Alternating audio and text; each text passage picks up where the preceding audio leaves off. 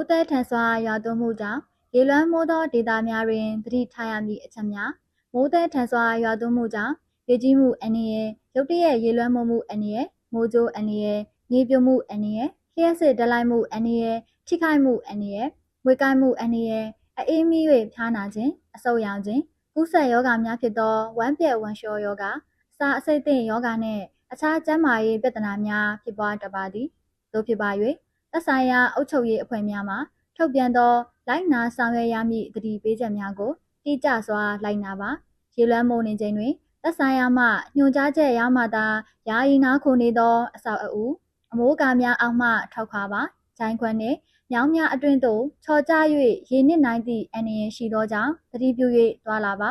လျှက်စစ်ဒလိုက်မှုအန္တရာယ်ရှိ၍သတိပြုသွားလာပါဝေယံနေကြုံတွေ့ရတတ်သဖြင့်သတိပြုပါထိခိုက်ဒဏ်ရာရရှိပါကဆေးရုံများနှင့်အရေးပေါ်ကျန်းမာရေးစောင့်ရှောက်မှုဆေးကမ်းများတွင်ချက်ချင်းပြသ၍ဆေးကုသမှုခံယူပါ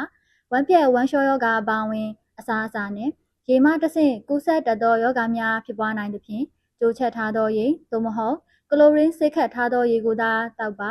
မြေရေချောင်းရည်နှင့်မတန်ရှင်းသောရေများကိုမတောက်ပါနှင့်အစာအဆိပ်သင့်မှုမဖြစ်စေရန်ရေမျောအစားအစာများနှင့်စီတူပူးများအခြားအမျိုးအမည်မသိအစားအစာများမစားတောက်ပါနှင့်စားအစာများကိုမစားတောက်မီစစ်ဆေးပါရက်လွန်အစားအစာများနှင့်လက်ဆက်မှုမရှိသောအစားအစာတိုးနေသောအစားအစာများနှင့်တန်ရှင်းမှုမရှိသောအစားအစာများကိုမစားပါနှင့်အမဲ့လွန်အသီးများမစားပါနှင့်တောက်သုံးရေအရေးမြစ်များနှင့်ရေတွင်းရေခဲများအနီးအညစ်အကြေးမစွန့်ပါနှင့်အိမ်မမိစေရန်အမိုးအကာအောက်တွင်နေပါနှွေးထွေးသောအဝတ်များဝတ်ဆင်ထားပါကလေးသူငယ်များကိုအထူးဂရုစိုက်ပါဒီကိုရေတန်ရှင်းရေးဂရုပြုဆောင်ရွက်ပါနာမကျန်းဖြစ်ပါကနီးစပ်ရာကျန်းမာရေးဌာနတွင်ချက်ချင်းပြသ၍ဆေးကုသမှုခံယူပါရေတီးပြီးညာမြင့်တင်ရေဖွဲလာပြီးဟေး